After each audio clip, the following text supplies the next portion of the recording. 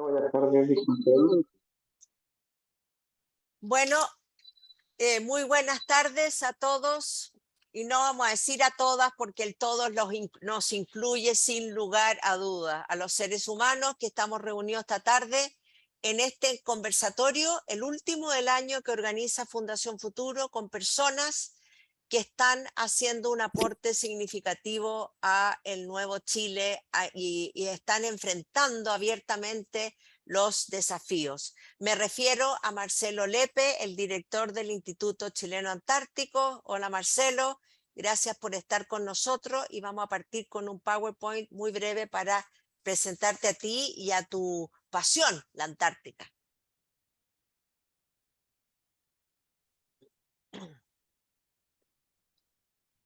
Ahí está Marcelo Lepe, el director del Instituto Chileno Antártico desde el año 2018, que ha hecho un notable trabajo conduciendo los destinos de la mirada de Chile hacia la Antártica, así que ojalá quede mucho tiempo más en el cargo.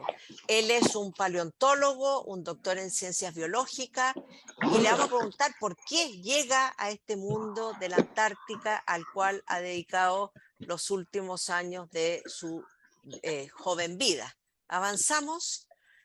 Vamos a hablar con él de la Antártica. El título de este conversatorio es La Antártica, puro futuro, puro desafío, y aquí hay algunos datos muy someros, pero que nos ponen en un contexto. 62% de Chile corresponde al territorio chileno antártico. Más de la mitad de Chile está en la Antártica y nosotros no tenemos eso en nuestra vida cotidiana tan encima. En el continente antártico habitan 6 millones de pingüinos Adelia.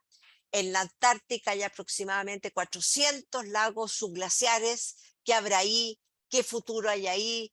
¿Qué posibilidades de cambiar nuestros horizontes hay ahí? 77% del agua dulce del mundo está en la Antártica. Hablamos todo el tiempo del problema de la falta de agua. Bueno, casi 3/4 del agua del planeta se encuentra en la Antártica.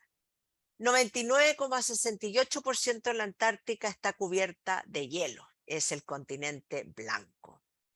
Y lo último, contarles que el sistema de tratado antártico del año 1959 cuenta hoy con 53 estados partes, y de ellos 29 tienen derecho a voz y a voto, y es el caso de Chile. Somos parte de este G29 de países que tiene un territorio y algo que decir, que hablar y opinar, y algo que soñar en torno a la Antártica. Avanzamos.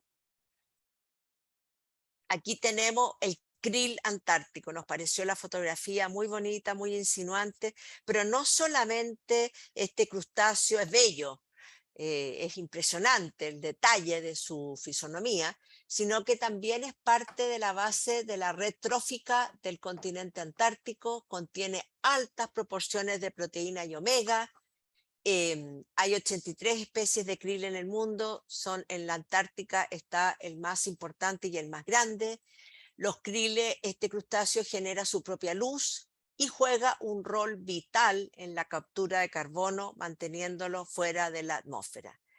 ¿Por qué ponemos el krill antártico? Por poner una especie marina que habita en este continente. Avanzamos y nos vamos nosotros a el resto de la fauna del continente. Aquí habitan 6 tipos distintos de pinípedos: las focas, los lobos, los elefantes marinos. 8.500 de especies de peces fueron reportados en el último censo antártico 2018. Tengo entendido que es el último porque en tiempo pandemia no se realizó, así que me imagino que ahora vendrá otro.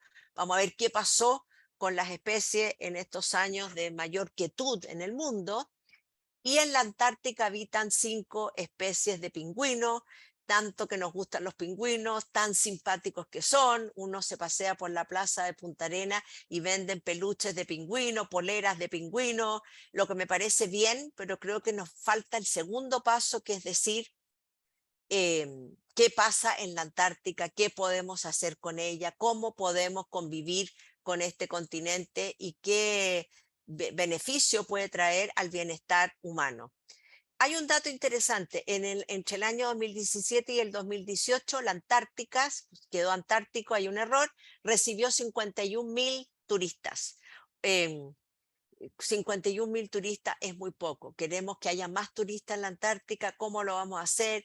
Es un foco interesante para hacer un convenio entre la INACH y Cernatur y mirar hacia este continente como un espacio de un turismo de naturaleza, que es lo que quiere hoy día el ciudadano del mundo y quiere menos visitar las grandes ciudades.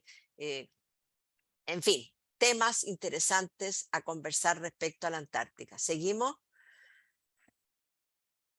Aquí tenemos las bases antárticas chilenas. Chile y la Antártica, sí, unos pingüinos súper bonitos, no, hay más. Hay 9 bases operativas actualmente en la Antártica, ahí pusimos los nombres. Una de ellas es de Julio Escudero, tengo entendido que es la última que se hace operativa. Está la de Arturo Prat, Bernardo Higgins, como se llaman gran parte de los espacios en nuestro país. Está la base Eduardo Frei Montalva, La Unión, González Videla, en fin, González Videla fue el primer presidente chileno que visitó el territorio antártico en su gobierno del 46 al 52, porque recién en el año 40 Chile declara como parte de su territorio antártico chileno la parte que tiene Chile en la Antártica, que lo hizo Pedro Aguirre Cerda. Entonces ahí está ese letrero bien insinuante que dice a cuánto estamos de Curicó, a cuánto estamos de aquí y acá. Este continente inexplorado que lo miramos como un poco como añorándolo, como de belleza, pero que yo creo que nos falta mucho hincarle el diente, avanzamos, en cuanto qué rol puede cumplir en el bienestar humano. No quiero terminar estas palabras sin decir que pocas instituciones públicas chilenas, la INACH depende del Ministerio de Relaciones Exteriores, tiene su sede principal en Punta Arenas, así que una institución descentralizada en lo real, tiene una visión más consciente, responsable y, a mi juicio, muy visionaria del rol de la educación. Pocas instituciones, cuando uno se mete a los ministerios, a la Corte Suprema, hay poca información para el mundo de la educación. Aquí contamos con mucho material, todo descargable de primera línea. La Enciclopedia Visual de la Antártica es una herramienta extraordinaria, moderna, rápida, seria, muy interesante. Y tenemos a los lados este libro Huellas Antárticas en Punta Arenas y en el Estrecho Magallanes, y al otro lado la Antártica chilena en cifras, que nosotros queremos, una vez que terminemos de conversar con Marcelo Lepe, rifar entre los profesores, porque la Fundación Futuro trabaja con profesores. No me había presentado, mi nombre es Magdalena Piñera y yo soy la directora de la Fundación, y este es un conversatorio más que vamos a tener. Tuvimos el mes pasado con Fischer, Álvaro Fischer del Consejo de Ciencia, Tecnología, Innovación y Conocimiento, y ahora estamos con Marcelo Lepe, así que vamos a él. Este material de la INACH está en el sitio, recurran a él, y como les digo, pocas instituciones más conscientes del rol de que la educación tiene que abrir las puertas a más recursos, a más información que la obvia, la que venimos estudiando hace tantos años, a nuevos temas, a temas pertinentes, como es el caso de la Antártica. Avanzamos y se nos acabó el PowerPoint y volvemos a la conversación. He hablado mucho, prometo no hablar más. Marcelo Lepe, muchas gracias por estar con nosotros. Y mi primera pregunta para ti es: ¿cómo y cuándo fue tu encuentro con la Antártica? ¿Cómo llegó un biólogo, un paleontólogo a inmiscuirse en este mundo? Hola Magdalena, bueno, hola a todos los que están allá al otro lado de las dos dimensiones. Muchas gracias por el interés en este conversatorio y bueno, ir directamente a la pregunta. Mira, partió con mi viejo, ¿eh? Mi papá era submarinista de la Armada y tuvo la brigada de reparación en la Antártica 3 meses. Y esto debe haber sido por los años 80. Y yo recuerdo que tenía como 11 años y partíamos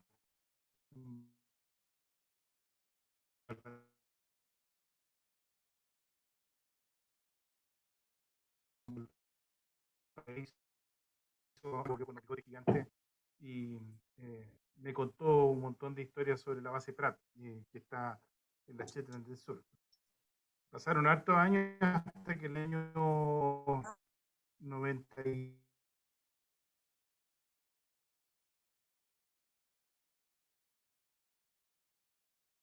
con un colega que ahora es geólogo de la Universidad Andrés Bello, Francisco Fernandoy, fuimos por este proyecto a la Antártica por primera vez.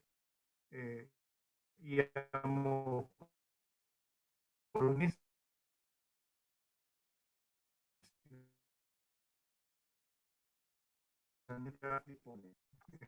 El clima para entrar y salir obviamente de este continente es una cuestión determinante y no y generalmente donde estuvimos nosotros estábamos bastante confinados, aislados en nuestra única vía de comunicación.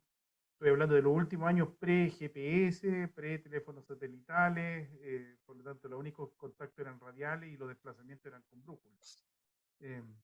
Pero sin embargo tuvimos la suerte de encontrar un afloramiento fosilífero inmediatamente en esa primera campaña. Interesante como en este caso fue el padre y en muchos casos son los profesores los que impulsan, los que alientan hacia un camino que toman los estudiantes. Y aquí viene una pregunta para ti, Marcelo. ¿Para qué existe hoy en Chile la INACH? Bueno, el Instituto Antártico Chileno es por ley la única institución que tiene un rol de control, supervigilancia, estimulación de la ciencia que Chile hace en la Antártica, de toda la ciencia que Chile hace en la Antártica. Hoy día la ciencia antártica chilena es concursable, por lo tanto el INACH tiene concursos de proyectos, pero también el Ministerio de Ciencia a través de la NID y Corfo incluso también tienen concursos que han financiado actividades científicas en la Antártica. Por lo tanto, nuestro rol es, todos esos proyectos llegan hasta Punta Arenas y desde Punta Arenas hacia la Antártica, nuestro rol es proveer de todo a los investigadores, además de los permisos, porque hay que entender, Antártica es un continente completo consignado para la investigación científica y la paz. Por lo tanto, es un área protegida mundial, independientemente de que nosotros también eso lo llamamos refrendado en nuestra legislación. Por lo tanto, requiere permisos especiales para trabajar en la Antártica. No cualquiera puede llegar a hacer muestreo en la Antártica y por lo tanto requiere cumplir con algunos requisitos especiales. Esos requisitos especiales son lo que hemos estado perfeccionando últimamente con la nueva ley antártica y con los nuevos reglamentos que se aplican para ello. Y porque Chile hace recién poquito ratificó el anexo sexto del Tratado Antártico, que es que nos hacemos un país plenamente responsable de nuestro comportamiento ambiental en la Antártica. Así que hoy día el INACH cumple el rol de supervigilar, controlar, estimular y facilitar la ciencia en la Antártica. Llevamos todas las estadísticas respecto de lo que se hace en ciencia, pero también tenemos una tremenda actividad de educación y comunicación de la ciencia a través de las publicaciones que tú mostrabas, de nuestro sitio web. Hay un montón de otras publicaciones, hay una revista periódica que sale en español cada 2 veces al año y hay otra revista, Ilaya, que significa Más allá del sur, que sale en inglés y que nos ayuda también a que los otros países que colaboran con nosotros en ciencia antártica conozcan lo que estamos haciendo. Chile hoy día lleva un centenar de proyectos en la Antártica y ese centenar de proyectos es coordinado completamente desde acá. Está en plena operatividad la COP27 en estos momentos en ese balneario en las afueras de El Cairo, en Egipto. ¿Qué relación hay entre la COP27, en que está representado nuestro país por la ministra de Medio Ambiente, Maysa Roja, y la Antártica? Bueno, hay una tremenda relación. En realidad es bien difícil imaginar de que sacar Antártica. Bien, yo creo que aquí hay una cuestión, una transición psicológica respecto de nuestro entendimiento de Antártica y el reflejo de lo que está pasando en la COP, yo creo que uno de los ejemplos más notables. Nosotros transitamos en primer lugar en la época en que veíamos la Antártica como remota, distante, sigue estando remota y distante, pero inalterable, inmutable, una Antártica monolítica, blanca, que no cambiaba.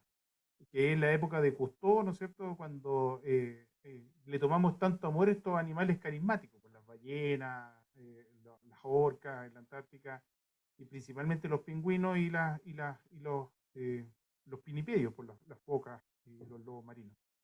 Eh, pero esta Antártica estática, al pasar por el filtro del año 91 y 92, 91 fue el protocolo de Madrid, ¿no es cierto?, que pudo haberse llamado el protocolo de Viña del Mar.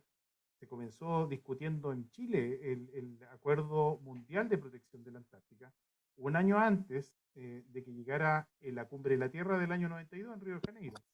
Yo tuve la oportunidad de participar en la Cumbre de la Tierra como ONG y conocí las discusiones que se hicieron allá, pero fue el fin de la época Cousteau, fue el fin de considerar la Antártica documental para pasar a tener un rol bastante más activo. Desde el año 92 en adelante, hemos descubierto, y particularmente en la última década, de que Antártica condiciona demasiados aspectos de la vida cotidiana de los seres humanos del planeta. Entonces, desde una definición gigante, que es Antártica es blanca, y lo blanco refleja la mayor parte de las longitudes de onda que llegan al planeta, de la luz que llega al planeta, es un gigantesco espejo que ayuda a prevenir de que esa radiación solar quede capturada dentro de la atmósfera. Ese primer rol ya tiene un importante impacto en el cambio climático.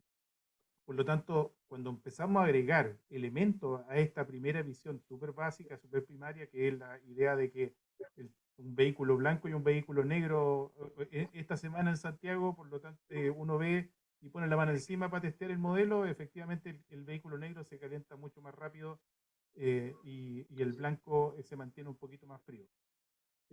Bueno, que con las temperaturas que ahora tienen en Santiago difícilmente se van a mantener frío, pero lo interesante es que a eso se agrega el entendimiento que hoy día tenemos sobre las corrientes marinas y atmosféricas.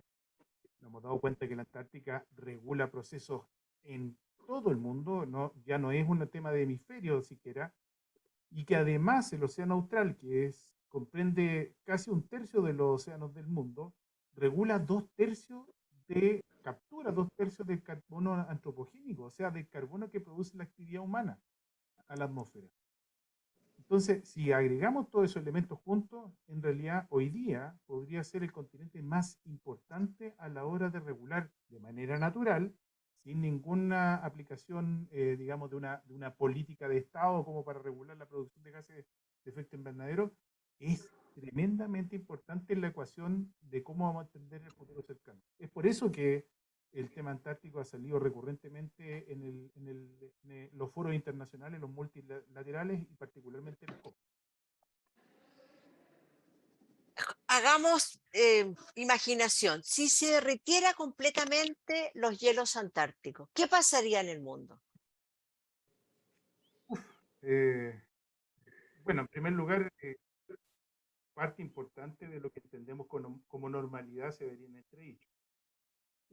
Lo primero y lo más obvio es que Antártica tiene 13 millones de kilómetros cuadrados de superficie desde sus bordes rocosos, pero crece todos los inviernos hasta casi 19 millones, 18 millones de kilómetros cuadrados por el hielo marino que tiene alrededor.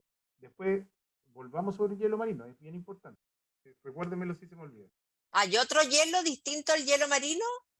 El hielo continental, el que crece sobre el continente. De hecho, nuestra estación polar conjunta con la Fuerza Armada en Glaciar Unión, que está a 1000 kilómetros del polo, está sobre 800 metros de hielo. O sea, bajo nuestros pies, cuando armamos los campamentos, hay 800 metros de hielo para abajo. Y hay otros lugares que son las depresiones más grandes del mundo que superan los 1000 metros.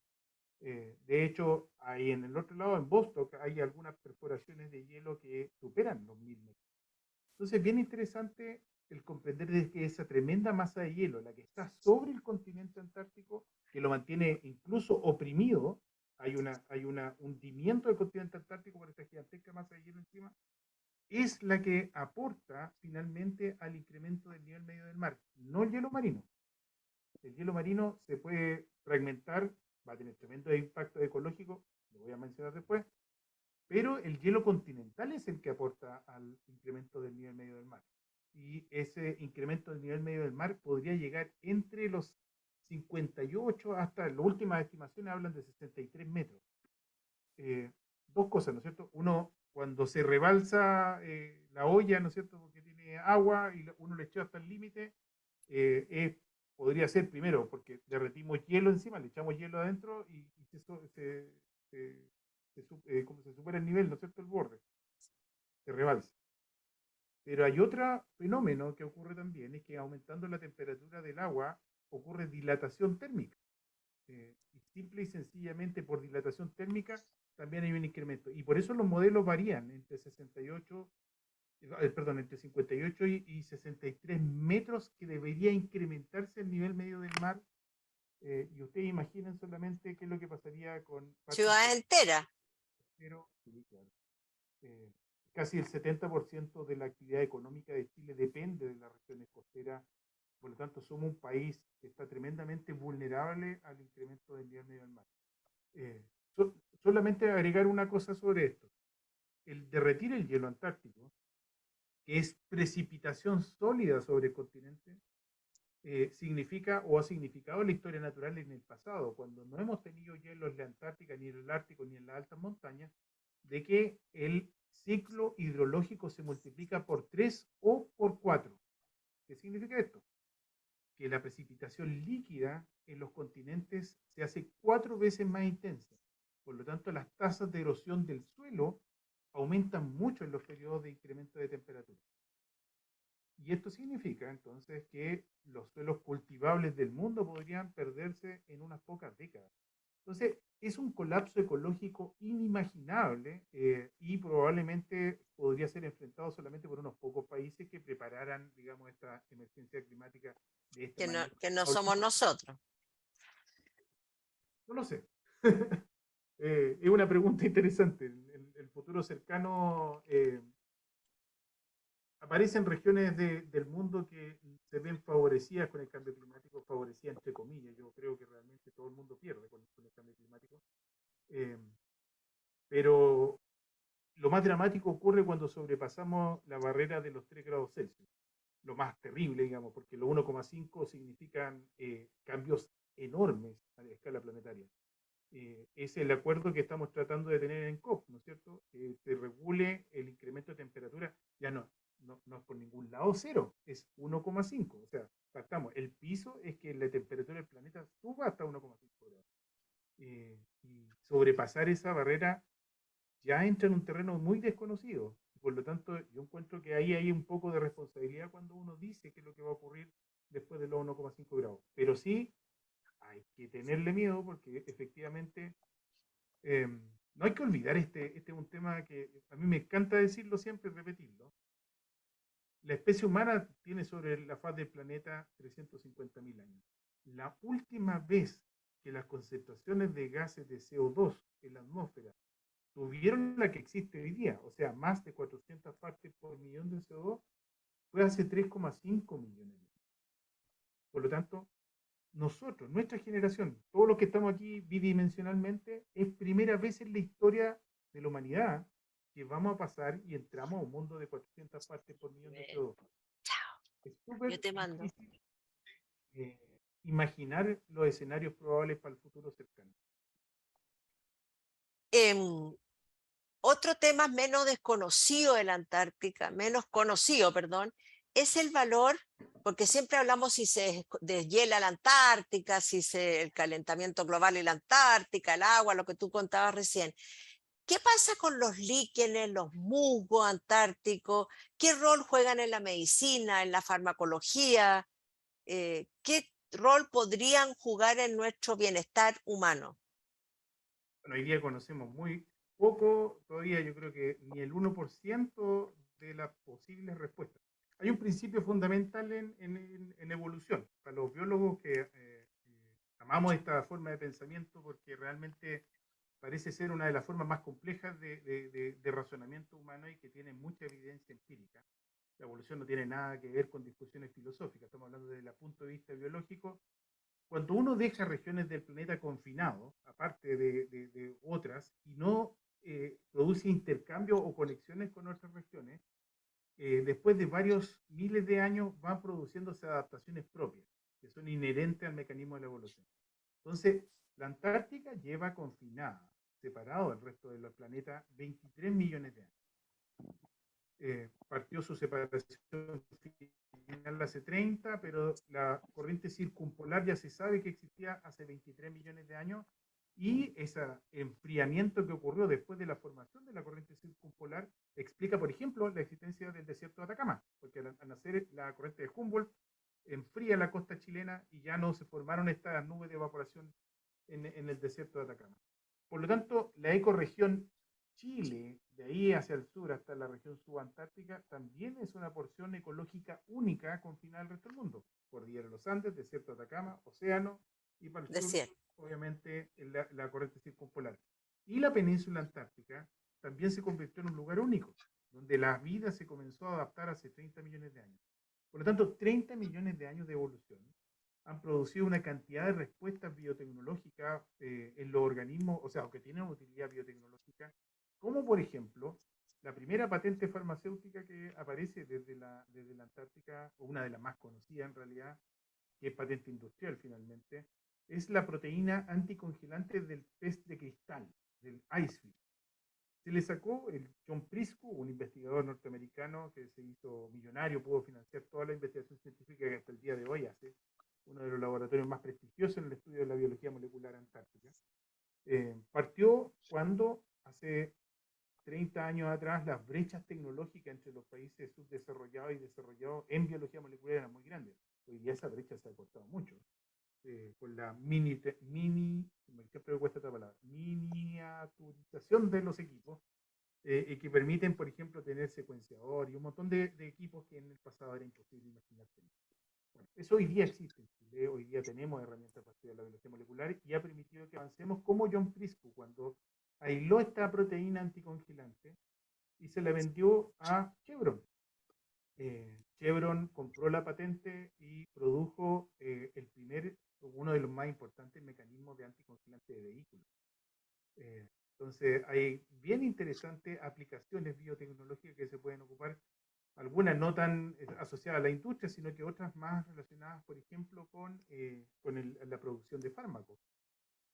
Está la molécula antarquina, obtenida del pasto antártico, de uno de los dos plantas vasculares que crecen en la Antártica. Cuando hablamos de plantas vasculares, estamos hablando de plantas complejas que producen flores, ¿no es cierto?, que tienen raíz, tallo y hoja. Y hay otro grupo de plantas que le llamamos criptógamas. Antártica es el reino de las criptógamas, que son los musgos y los líquenes. ¿Okay? Entonces, musgos y líquenes tienen una tremenda diversidad en la Antártica, muy grande, porque son organismos que se adaptaron a vivir en condiciones muy duras. En cambio, las fanerógamas o estas plantas vasculares superiores les costó mucho más. Hoy día están colonizando de nuevo Antártica, están llegando con las aves, con los cordones de los zapatos de los exploradores, perdón, con los turistas, y esa colonización es vista como una llegada de especies alienígenas que compiten en muchas mejores condiciones que las plantas nativas. Entonces hay un conflicto ambiental ahí también. Bueno, desde el pasto antártico se obtuvo antarquina, que es una molécula anticongelante, perdón, una molécula anticancerígena, que tiene un tremendo desempeño contra el cáncer colorectal. La investigación ha sido llevada aquí en Chile en colaboración con otros países y estaban en estudio de la performance clínica en Estados Unidos para ver la posibilidad de producir un fármaco. Si el programa antártico chileno produce finalmente un fármaco que permita combatir el cáncer colorectal, todos nuestros esfuerzos se justifican. Sin entrar en todos los detalles que le estoy dando sobre las otras disciplinas por las cuales es importante esta ciencia. Muchas personas dicen, Marcelo, si es válido en Chile hoy con tantas necesidades, con la inequidad, con los problemas que estamos viendo estos últimos días de deserción escolar significativa después de la pandemia, de problemas de baja, de alza del IPC, de mayor inflación, gastar mucha plata, como tú sabes que se gasta en todos los programas del INACHI, en todo lo que es ciencia chilena en la Antártica. Yo sé que tú eres un convencido que es necesario hacerla. Cuéntanos a nosotros los profesores cómo transmitir eso para abajo, porque uno podría decir, pero qué cosa más ridícula que gastar dinero en esto que es un futuro? ¿Por qué no lo estudia Estados Unidos? ¿Por qué no lo estudia Japón? Esto es muy importante lo que estás diciendo. Yo creo que no hay nadie que tenga claro como Chile.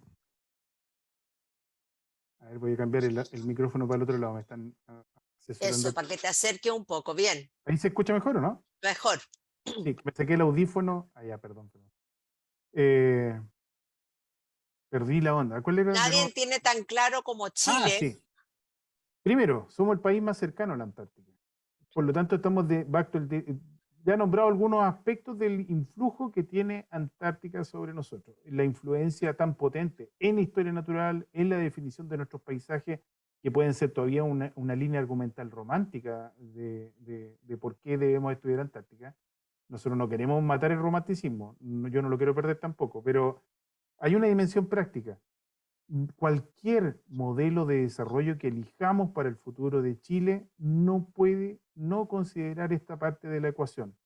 Nos dimos cuenta de que los 4 últimos eventos, olas de calor que afectaron a Antártica, tuvieron un eco en tiempo real en Chile. Ocurrieron, por ejemplo, los aluviones del 2015 que provocaron 9 muertos y pérdidas por más de $100 millones inmediatamente en la semana siguiente en el desierto de Atacama. ¿Se acuerdan de los aluviones de Vallenar, Copiapó? Claro. Ya, esos fueron 4 días después de una gran ola de calor. Y desde ese entonces empezamos a escuchar con más frecuencia los conceptos como los ríos atmosféricos. ¿Se acuerdan que empezaron a aparecer más en la prensa y más científicos opinando al respecto? Bueno, entre medio tuvimos 2 eventos más y se lograron demostrar con publicaciones científicas de que los eventos estaban conectados con cosas que ocurrían en el norte de la península antártica, olas de calor que desplazaban los cinturones atmosféricos. Y finalmente, el año 2021, en el verano. Acuérdense, Pangal, que estaba tratando de soportar, digamos, un aluvión que venía destruyendo una inversión que había hecho hace poco en el cajón del Maipo. Ese evento fue anticipado. La ONEMI encendió una alarma temprana al comienzo del verano, en medio de la sequía, de que venía un aluvión en pleno verano. ¿Se acuerdan de este evento? Fue muy importante, se filmó mucho porque ocurrió además de día, la isoterma subió en la cordillera y hubieron intensas precipitaciones. Entonces, 2 preguntas. Una, ¿tuvimos la oportunidad de predecirlo? Sí. ¿De dónde vino la predicción? Interesante, de datos de Antártica. Eh, por primera vez en la historia, y nosotros tremendamente orgullosos de que investigadores del Programa Nacional de Ciencia Antártica y también del CR2, del Centro de Resiliencia del Clima, pudieron anticipar un evento de esta naturaleza. Salvaron vidas, no murió nadie. Hubo pérdidas materiales, por supuesto, pero se salvaron vidas. Y lo tercero, más importante, si tuviéramos mayor poder predictivo, quizás podríamos aprovechar parte de esa agua para paliar la situación de sequía. Esto va a seguir ocurriendo. La intensidad y frecuencia de las olas de calor en el norte de la península antártica están aumentando. De la misma manera, el incremento de la temperatura en el océano austral está provocando una disminución de la velocidad de las corrientes marinas. Esto va a afectar la corriente de Humboldt y su capacidad de transporte de oxígeno, que no hay que olvidar que los moluscos y los peces respiran oxígeno. Vivirán en el agua, pero no respiran agua, respiran oxígeno. Y entonces cuando ocurre una disminución, lo que se ha llamado desoxigenación del océano, algo que se está constatando con mucha fuerza en el océano austral, lo que vamos a entrar a ver en jaque van a ser uno de los pilares fundamentales de la economía chilena, la pesca. Porque la corriente de Humboldt tiene surgencia en distintos puntos de la costa chilena. Si no somos capaces de modelar lo que va a ocurrir con estos fenómenos, en realidad seríamos tremendamente irresponsables. Tenemos tenemos un mandato de tratar de entender esto en un plazo finito. Y de ahí también un poco el nerviosismo que sentimos muchos de los que estamos dirigiendo instituciones que tienen que ver con esta toma de decisiones, de transmitir esta información a los tomadores de decisión. Entonces, el rol en la sociedad de conocimiento de los científicos es proveer información concreta, aceptada, pertinente y útil para la toma de decisiones. Y en ese esfuerzo estamos hoy día, no solo en educar, porque las generaciones que vengan van a enfrentar escenarios climáticos muy distintos a lo que estamos viviendo nosotros, y la capacidad que ellos tengan de analizar con elementos básicos lo que está ocurriendo va a encontrar suelo fértil si ya tienen este background, este conocimiento de base, este conocimiento fundamental acerca de la importancia del continente antártico. Ay, señor, dices tú aquí hoy día en el Mercurio, aprovecho de mostrarles, estoy al revés, hoy en el Mercurio ya estamos con Marcelo Lepe, estamos con el hombre en el momento adecuado. Y dices tú aquí en el Mercurio, es necesario que Chile mire mucho más la profundidad de la Antártica. Y tú hablabas recién de que todavía la miramos un poco y yo creo que eso nos pasa a muchos ciudadanos de la calle, hombres y mujeres de a pie, que miramos la Antártica como la foca, los pingüinos preciosos, los paisajes antárticos. ¿Cómo nos recomiendas tú? Somos educadores, estamos grabando. Este conversatorio va a quedar en la red, el sitio web de Fundación Futuro para que lo puedan ver otros profesores y ojalá con sus alumnos. ¿Cómo hacer que los docentes preparemos a nuestros estudiantes para ser protagonistas serios, responsables, ecuánimes de los desafíos de la Antártica hoy y no solo miremos, todos queremos ir alguna vez a la Antártica, soñamos con que la INACH nos invite a la Antártica, soñar no cuesta nada. Pero más allá de ir físicamente, ¿qué podemos hacer nosotros, profesores de 2022 en Chile hoy, para bajar estos temas, más que qué, cómo? Porque hay mucho material, de hecho yo decía, la INACH lo tiene, pero ¿con qué criterio frente a los alumnos que hoy día están o en huelga o no tienen interés en conocer más o no le ven valor al futuro, etcétera? Bueno, yo creo que hemos tenido una muy buena intercambio de opiniones justamente de la cohorte de jóvenes que están en el segundo ciclo de enseñanza media, con los libros en cifras. No sé, ¿te acuerdas los libros pequeñitos que tienen mensajes cortos, concretos y tienen códigos QR si uno quiere acceder a más información? Llegan muchas consultas por esa vía porque son mensajes cortos que hoy día no me gusta segregar en millennial, centennial, o en realidad ya me perdí en realidad cuántas categorizaciones existen. Pero efectivamente los jóvenes de hoy están un poco insensibilizados hacia los mensajes fuertes porque la realidad del mundo va superando. Nuestros medios, por supuesto, están transmitiendo todos los días noticias bastante fuertes. Pero respecto de esto, yo diría que esta generación tiene más conciencia ambiental que la mía. Y en eso subimos un par de peldaños. Entonces, en primer lugar, existen contenidos con los cuales podríamos trabajar. Lo segundo, siempre ha demostrado tener muy buena percepción o apropiación la idea de que Antártica ha regulado nuestras vidas en tres momentos distintos. Uno, el pasado, lo que vemos como normal, el paisaje, el ir no sé, a un parque nacional cualquiera de Chile, uno va a encontrar rasgos de Antártica. Por ejemplo, lo hemos conversado muchas veces, los notofagus. ¿Qué son los notofagus? Son los robles, los coihues, las lengas, los ruiles, el raulí, el gualo, el pellín. 10 especies que dominan el bosque chileno desde el Cerro La Campana hasta el Cabo de Horno.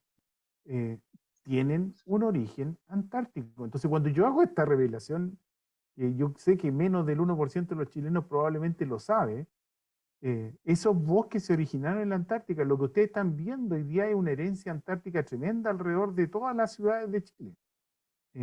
Muchas de las plazas tienen incluso notofagos.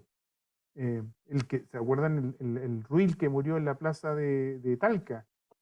Que fue muy, muy famoso porque es una de las especies de notofagos que está emparentada con los más antiguos notofagos del mundo y que lamentablemente está en peligro de extinción, con los incendios de la zona central de Chile están a punto de desaparecer. Entonces la primera ancla tiene que ver con nuestro pasado, con lo que es nuestro acervo, que es parte de con lo que tenemos que construir cultura que no tenemos. Lamentablemente, tengo que decirlo, no tenemos esa cultura.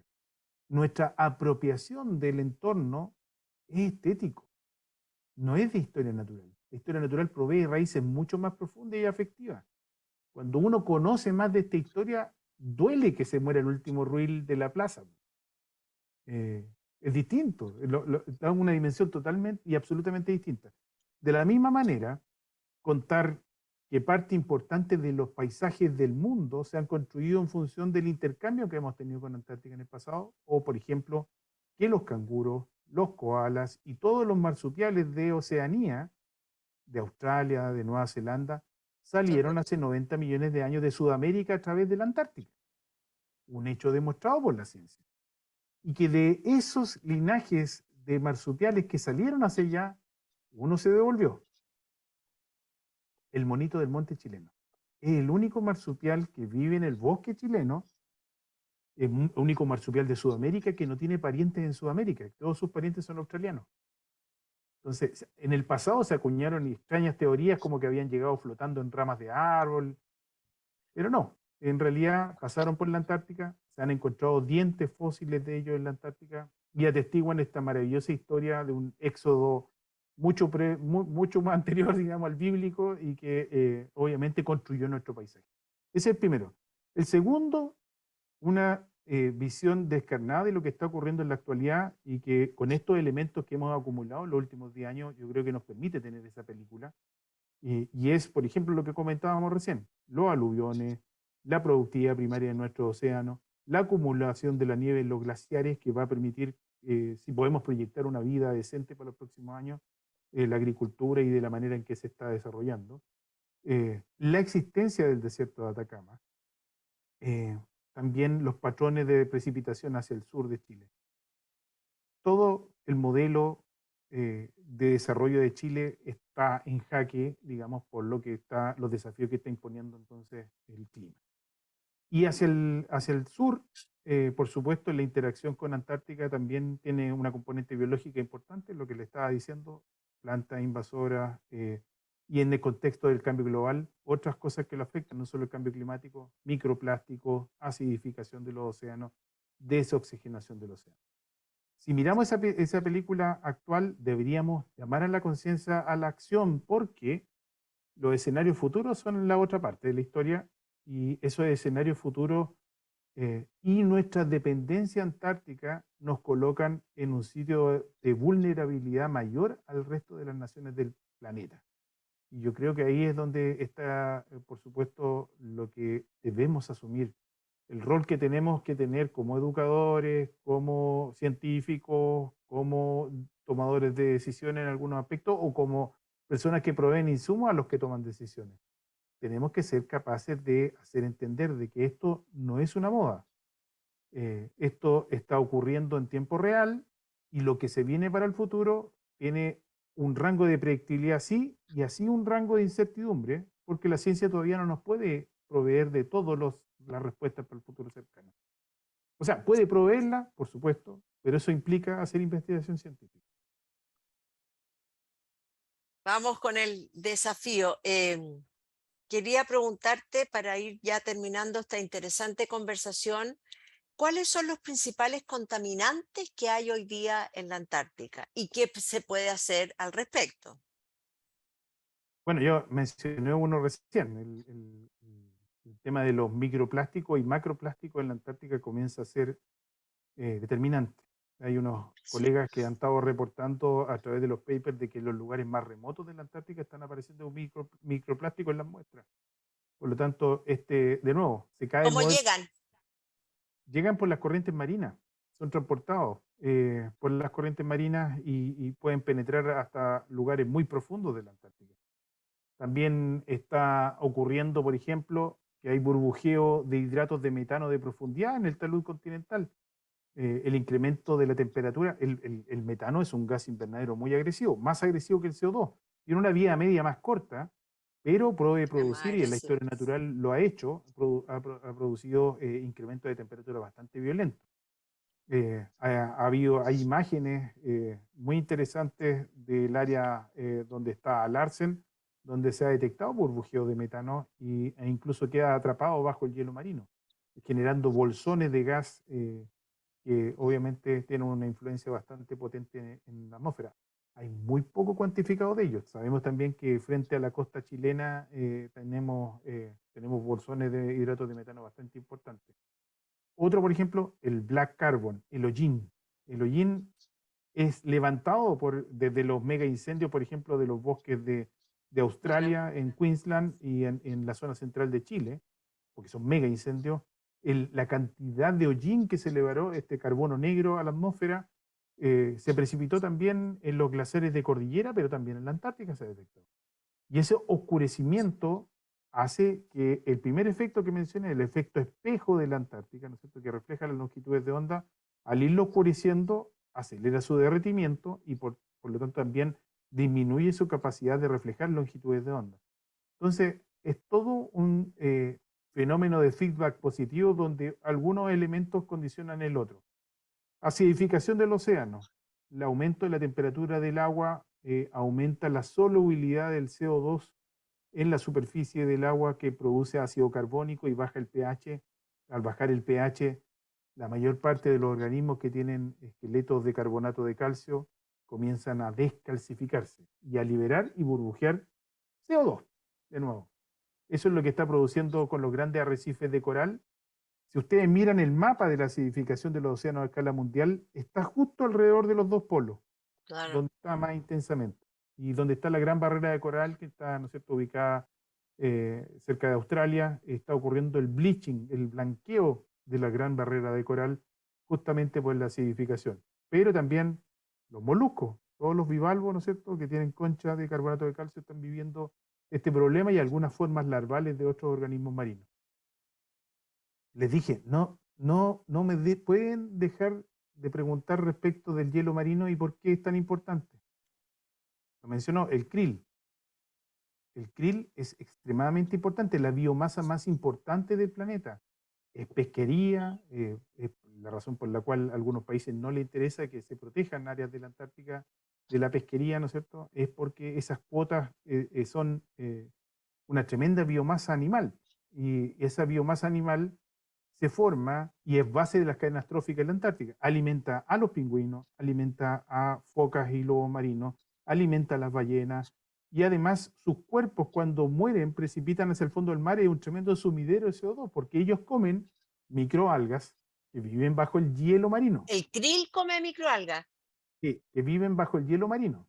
Y ¿ya? ese hielo marino, si disminuye en intensidad y extensión, disminuye la biomasa de krill. Si disminuye la biomasa de krill, todo el sistema ecológico marino antártico entra en colapso. Entonces, eso es lo que se ha detectado en los últimos años. Ya llevamos más de una década detectando caídas constantes del stock de krill en la Antártica. Y están estrechamente asociados, obviamente, a la disminución del hielo marino antártico. Esto es un tema muy dramático que ha llevado a Chile y a Argentina a proponer de manera conjunta un área marina protegida en el dominio 1, el norte de la península antártica, que sabemos que es un área donde se reproduce el krill. Y Chile está haciendo investigaciones muy importantes al respecto y tratando de apoyar con la mejor ciencia posible una toma de decisión de esta naturaleza. Por eso también es importante proteger el hielo marino, tratar de garantizar su existencia futura. Claro, porque es queremos más turistas en la Antártica. Hoy día es un turismo muy caro, muy de nicho, y son generalmente extranjeros. Yo veo esos cruceros que se ofrecen, que pasan a la Antártica. Queremos más turismo. ¿Hay ahí un nicho de mayor conciencia? ¿Qué pasa desde la INACH? ¿Cómo mira el turismo antártico? Y bueno, ahí diría un turismo federado que es muy responsable. Hay una organización internacional que se llama IATO, IAATO, que congrega a las grandes empresas de turismo y también algunas pequeñas que tienen comportamiento ambiental garantizado. A ellos les interesa cuidar el negocio, por supuesto, no les interesa dañar el gran valor de Antártica, que es en el cierto o elevado grado de pristinidad que tiene, ¿no es cierto? Eso es lo que no se quiere poner en jaque. Si no somos capaces de asegurarnos de que ese turismo siga siendo lo sustentable que tiene que ser, estamos en problemas. Y uno de los grandes riesgos es el turismo no regulado, no federado, o que navega con banderas de países que no son miembros o partes del Tratado Antártico. Ese es el peligro, y ese es donde tenemos que poner los acentos en la vigilancia del mar austral. Eh, por supuesto, el área de vigilancia que tiene Chile y Argentina con su patrulla naval combinada es una de las respuestas importantes. Y por eso es tan importante que tengamos buques apropiados para navegar en aguas antárticas. Y ahora está en construcción justamente el primer rompehielo de Latinoamérica en Talcahuano. Eh, ¿Chileno? ¿Chileno? sí, chileno. Va a ser botado al agua el 22 de diciembre, así que debería entrar en operaciones cerca del año 2024 con todo su equipamiento full. Pero es una gran apuesta, obviamente no va a ser suficiente, es un enorme área de océano que hay que vigilar. La pesca no regulada, el turismo no federado y no regulado o los comportamientos ambientales que agredan el Tratado Antártico, porque nosotros tenemos que ser garantes de ello. Y ahí viene mi mensaje final. Tenemos además no solo un rol desde el punto de vista de la conciencia que tenemos que tomar como chilenos de la importancia de Antártica para nosotros mismos y nuestras generaciones futuras, sino que también del tremendo rol que tenemos de supervigilancia del continente como vigía del cambio climático. Y eso es también algo muy importante entender porque hoy día 22 países pasan por Chile, por Punta Arenas y Puerto Williams en su vía de entrada a la Antártica. Son sus ciudades puertos de entrada, gateway, como le dicen los gringos. Pero eso es asumir un rol muy importante, cuidar Antártica para el futuro de la humanidad, no solo para nuestros hijos y nietos, sino que también para la humanidad. Claro, que es otra medida temporal, uno piensa en sus hijos directamente. Y eso nos falta, yo creo, quiero ir cerrando esta conversación, no sé si algún profesor, nos acompañan también aquí otras personas que no son profesores y bienvenidos a este conversatorio de la Fundación Futuro, le quiere hacer una pregunta a Marcelo Lepe, este es el minuto para hacerlo. Nos acompañan aquí Manuel Sánchez de Valparaíso. Sibila levantó la mano. Manuel, No, Sibila. Sibila, adelante. Hola, antes que todo, muchas gracias por esta actividad, está genial. Yo tengo tres preguntas. La ¿Dónde primera, haces clase, Sibila? yo soy de la región de Los Ríos y hago clases a personas jóvenes y adultas de la región de Los Ríos. Ya, Sibila, Eh, cuenta. Tengo tres preguntas. La primera es que si en la Antártica se han encontrado vestigios de megafauna. La segunda es si existe como algún lugar donde nosotros podamos como observar, como en Google Earth o algo parecido, cómo se ve la Antártica. Como que de repente cuesta imaginar por la magnitud Es del verdad. territorio cómo observarla, cómo se ve. Y la tercera pregunta, ay, se me olvidó, pero con esas dos yo creo que es suficiente. Ya, voy a ir rápidamente para tratar de contestar el máximo de preguntas posible. La primera, megafauna, sí, existió megafauna en la Antártica. Hay que entender que Antártica pierde sus últimos bosques hace 9 millones de años. Si bien es cierto, comenzó su separación final del resto de los continentes hace 30 millones de años, y hace 23 millones de años ya se formó la corriente circumpolar que de alguna manera actúa como barrera, pero también como fuerza centrífuga y a veces proyecta cosas hacia el interior. Los últimos bosques desaparecen de la Antártica hace 9 millones de años solamente. Por lo tanto, esta imagen de la Antártica monolítica, blanca, inmutable, es Es una nueva. imagen relativamente reciente en la historia natural. Antes tuvo un rol tremendo de formador de especies, de puente para otros continentes y de crisol de una diversidad biológica única, de la Mira. cual somos herencia. Chile, Nueva Zelanda, Queensland en Australia son herencia antártica. Yo diría las regiones del mundo más emparentadas. Y eso se dio cuenta Dalton Hooker ya hace 160 años. Lo dijo y se mofaron de él en la sociedad británica y hoy día se le encuentra toda la razón del mundo. Eh, ¿Cómo verla en tiempo real? Estamos trabajando para eso. Hay varias cámaras que tenemos instaladas en tiempo real en la Antártica. Dos de ellas son accesibles de manera más fácil. Hay un sitio que yo te voy a sugerir que es en realidad un Twitter, que es antártica.cl. Antártica.cl es de la USACH. es un laboratorio que está instalado en nuestra base Profesor Julio Escudero en la Antártica y que tiene cámaras que están transmitiendo en tiempo real todo el tiempo. Y en esa página, ahí está el vínculo, yo lo he visto, para acceder a la cámara. Entonces, tú puedes ver lo que está ocurriendo en tiempo real ahí en Villa La Estrella, alrededor en Base Frey. Pero la novedad es que estamos instalando 21 estaciones automáticas en la Antártica, 7 de las cuales van a tener cámaras que van a transmitir en tiempo real. Esperamos que el próximo año, ya instalamos 4, este año vamos a instalar 7 más, y en los próximos 2 años tenemos que terminar de instalar las 21, y eso va a significar que vamos a tener la posibilidad de saber, porque, de nuevo, estamos hablando de un continente completo. O sea, tú, si miras, por ejemplo, las cámaras de la Villa y la Estrella, puedes que veas una Antártica sin nieve en el verano, que es lo que está ocurriendo frecuentemente en los veranos. Pero en Glaciar Unión van a estar parados sobre 800 metros de hielo, y en Base Carvajal van a estar dentro del círculo polar, mostrando una bahía que regularmente se congelaba en los inviernos. Este es el primer invierno que no se congela en 70 años, ojo. Y es donde estamos proyectando la próxima base científica chilena. Por primera vez en la historia estamos proyectando una base científica chilena dentro del círculo polar, permanente. Chile nunca ha tenido bases permanentes de año corrido, operando año corrido, dentro del círculo polar. Esta es primera vez. Así que es un tremendo desafío. Y va asociado justamente al desafío de operar un rompehielo que permite llegar allá en más meses que el verano. Claro, no solamente tienen un tiempo para trabajar, para investigar más reducido que el que conocemos los de tierras más cálidas. Hay una pregunta de Manuel Sánchez, que es profesor de Valparaíso. Manuel, adelante. Hola, hola, buenas tardes. ¿Se escucha bien? Sí.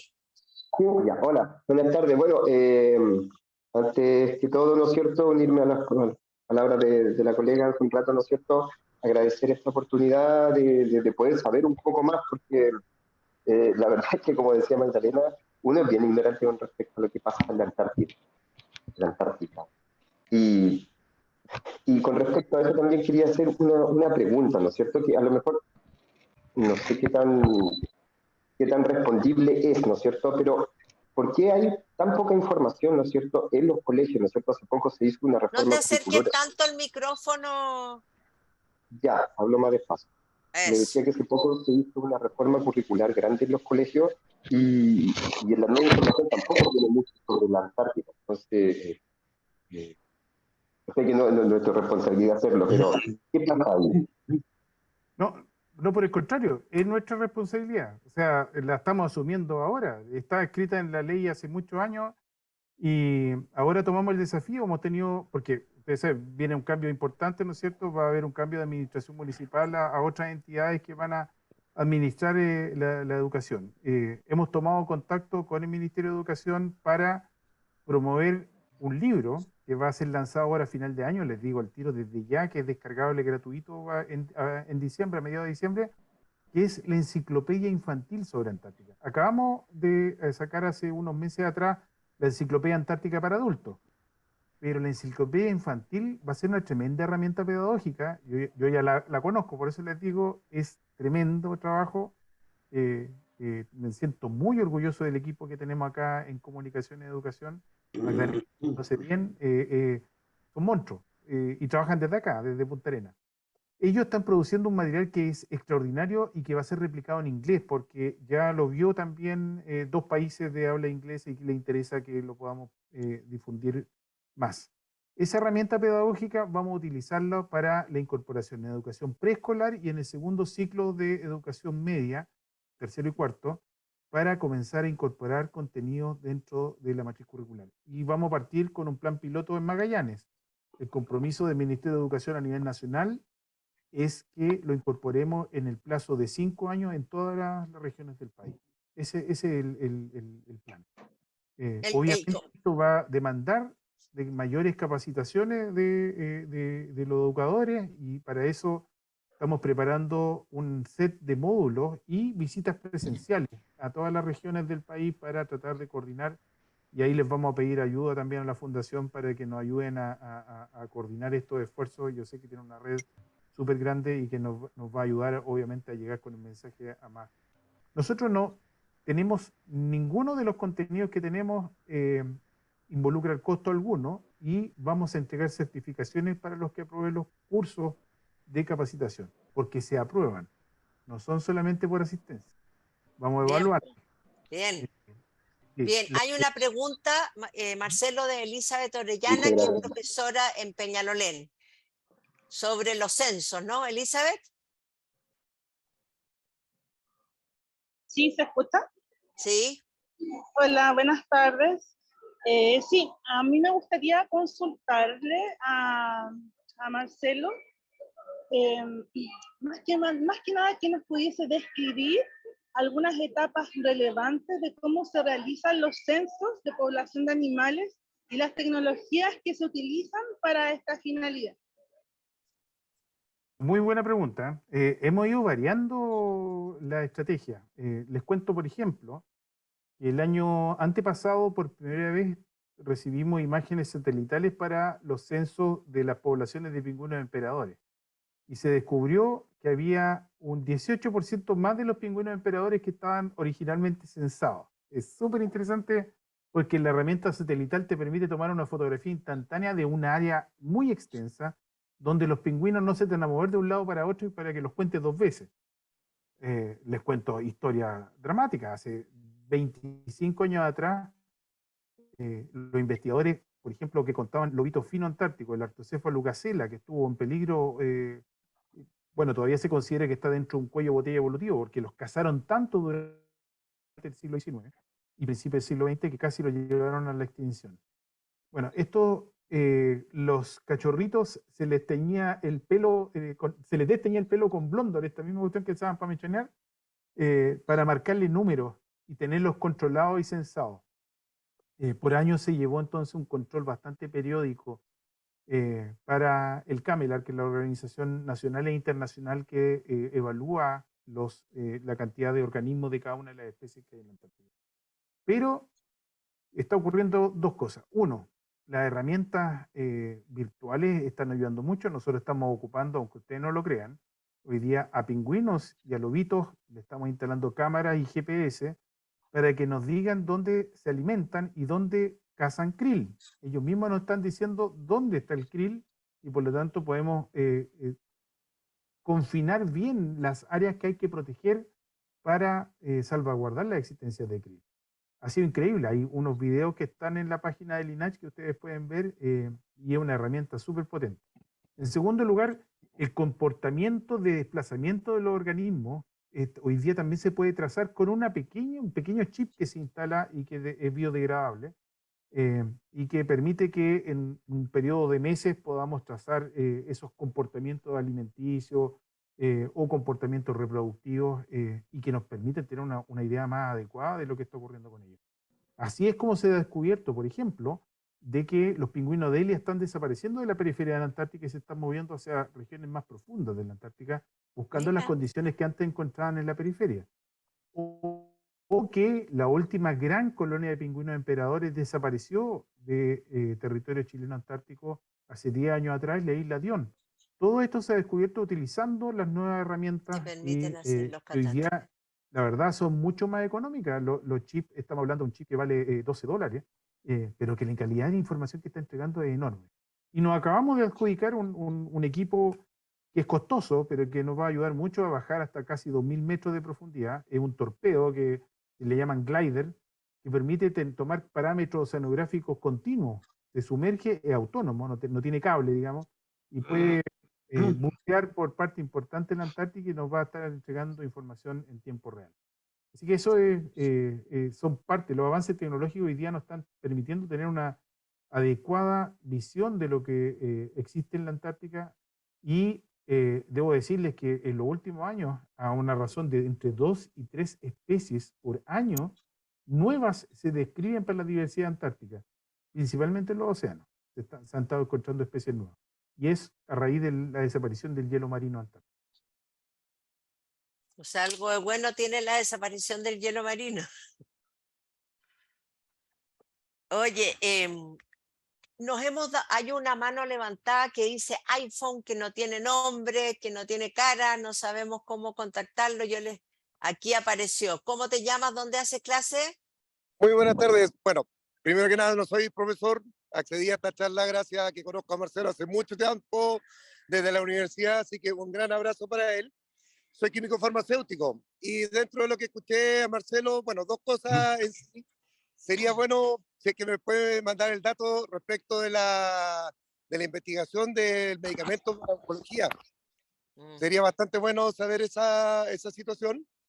Y lo otro, un poco lo que apuntaban al final, es decir, si bien puede ser un riesgo, ¿no es cierto?, todo este proceso de hielo en la Antártida, que puede afectar bastante a lo que es la raza humana principalmente, pero parece que se van a favorecer bastante otras especies o desarrollar nuevas especies, o que se recuperen las que ya se han estado en proceso de extinción. Un abrazo, Marcelo. Chao, Cristian. ¿Cómo estás, amigo? No, no nos vemos hace un montón de años con Cristian, ¿eh? Cariño, Tomata. Sí. Qué simpático. Oye, vamos a ir cerrando. Está levantando la mano Arturo Santelice, pero Marcelo tiene otro compromiso después. Quiero decirles que este conversatorio, así como todos los otros que hemos tenido este año con distintos personajes del mundo de la fotografía, de la ciencia, de la ecología, del cine, están en nuestro sitio web, y volver a recomendarles muy fehacientemente el sitio web del INACH. Es bueno, es moderno, es serio y hay una mirada pedagógica muy significativa. Yo me quedo llena de darme cuenta de la cantidad de interrelaciones que hay en nuestro sistema de vida, en nuestra vinculación con la naturaleza, e invitar a los profesores que estemos muy atentos de hacer entrar estos temas que no son tan obvios. No es como cuando yo soy profesor de historia, uno estudia la prehistoria, después la república, el periodo parlamentario, etcétera. Estos nuevos temas que son urgentes que entren a la sala de clase del siglo XXI. Quiero agradecer a Marcelo por su tiempo. Está lleno de cosas, está muy en el tapete ahora con la COP27, y por su disponibilidad, y otra cosa, por la sencillez con que nos explica estos temas. Ahora nos toca a nosotros, los profesores, y cuenten para ello con Fundación Futuro, bajar estos temas a nuestras salas de clase. No puedo dejar de invitarlo a los que son profesores, así que el amigo farmacéutico queda fuera de esta invitación, a nuestra próxima pasantía cultural, que es un curso que ofrece Fundación Futuro en terreno, que se va a realizar en Punta Arenas en la segunda quincena de enero del 2023, que incluye todos los gastos de traslado aéreo, alojamiento y alimentación. Y escuchen ustedes, vamos a visitar, como ya es tradición, la INACH, este edificio que además es muy bonito, que está en plena plaza, donde vamos a poder conversar con Marcelo Lepe y ver todo. Así que las bases de esta pasantía cultural van a estar antes del viernes en nuestro sitio web. Invitarlos a usar nuestro material didáctico. Tenemos mucho material. Tenemos una línea de tiempo de la Antártica y su relación con Chile, porque también es bueno cuando tú decías mirar el pasado para mirar el pasado también, desde cuándo Chile está hablando de los temas antárticos. Recordemos Magallanes, las últimas palabras que habría dicho O'Higgins en el lecho de muerte en Perú, en el destierro. Los vínculos, acordarnos de que de Shackleton, de Amundsen, que fue el primer hombre que llegó al Polo Sur, etcétera. Mucho material hay en el sitio web de la Fundación Futuro, mucho más y probablemente mucho mejor en el sitio web de INACH. Son estas tecnologías que nos permiten. Los invito a compartir este conversatorio que va a estar en nuestro sitio desde mañana con otros colegas. Gracias, Marcelo. Hasta enero, no hasta la próxima, hasta enero, que estaremos en Punta Arenas, Dios mediante, con más profesores en nuestro programa Pasantía Cultural. Sí, un gran abrazo a todos y bueno, yo quedo aquí disponible. Yo me tengo que salir ahora porque me están esperando ahora. Así es, sabemos Un abrazo eso. a todos. Gracias, Marcelo. Muchas gracias. Muchas gracias. Que esté bien. Hasta luego. Muchas gracias. Adiós.